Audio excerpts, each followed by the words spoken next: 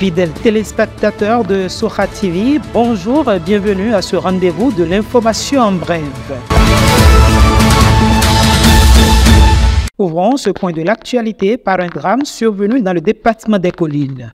Un chasseur a utilisé son arme de chasse pour tirer sur sa femme avant de se suicider avec le même fusil. Selon les informations rapportées par le quotidien Le Potentiel, l'incident s'est produit ce vendredi 19 septembre 2025 aux alentours de 9 h du matin à Santé, un arrondissement de la commune de Glazoué. La femme, grièvement blessée par balle, a été conduite d'urgence à l'hôpital de Glazoué pour des soins, mais son état reste critique. Le mari, quant à lui, est mort sur le champ après s'être tiré dessus. À Savalou, le lancement des travaux d'accès à l'eau potable au profit des populations des communes des Collines est acté.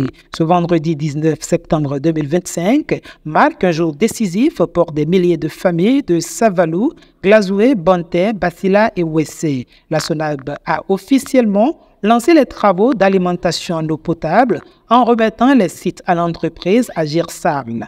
Une avancée concrète vers la fin de la soif et de l'insalubrité dans ces localités longtemps privées de ce droit fondamental. Le maire de Savalou, Delidi Guedo, évoque la portée de cette action. Nous avons procédé à la remise de sites du projet de renforcement du système d'approvisionnement en eau potable de la ville de Savalou. C'est un projet qui viendra renforcer le dispositif actuel en matière de distribution d'eau potable. Et ça va couvrir les 4 arrondissements centraux, c'est-à-dire l'arrondissement de Savalou-Agbado, l'arrondissement de Savalou-Aga, l'arrondissement de Ataké et l'arrondissement de Wessé.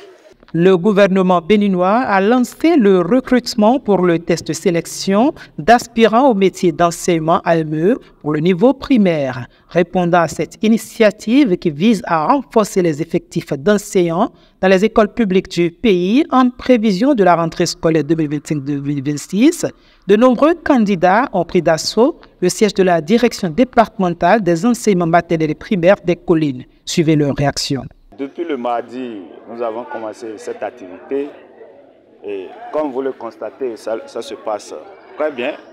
Le premier jour, nous avions défini des stratégies, mais après l'activité du premier jour, nous avons constaté qu'il faut revoir les stratégies définies et vous allez constater que il y a plusieurs postes qui sont créés, plusieurs postes d'inscription qui sont créés.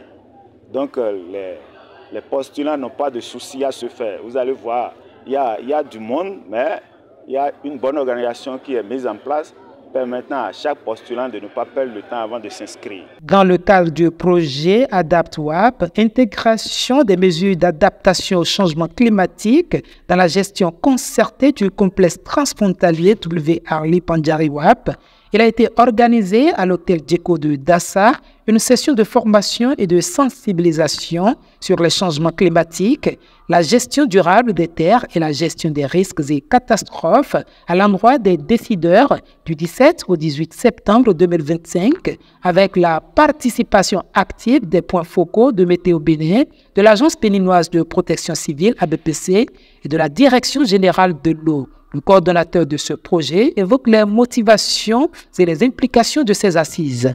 Il y a principalement, disons, 4 communications qui ont été déroulées. La première communication est relative aux aspects que Météo Bénin gère en termes de prévision, tout ce qu'ils font pour, disons, et mettre en pratique le système d'alerte précoce que nous avons conçu et mis en œuvre dans le cadre de ce projet. La Direction générale de l'eau également est intervenue par tout ce qu'il faut. Vous savez, les facteurs que ce système d'alerte précoce touche, c'est principalement la sécheresse, l'inondation, les feux de végétation et les conflits hors-faune. Et ce sera tout pour cette session d'information que nous vous remercions d'avoir suivi. À bientôt.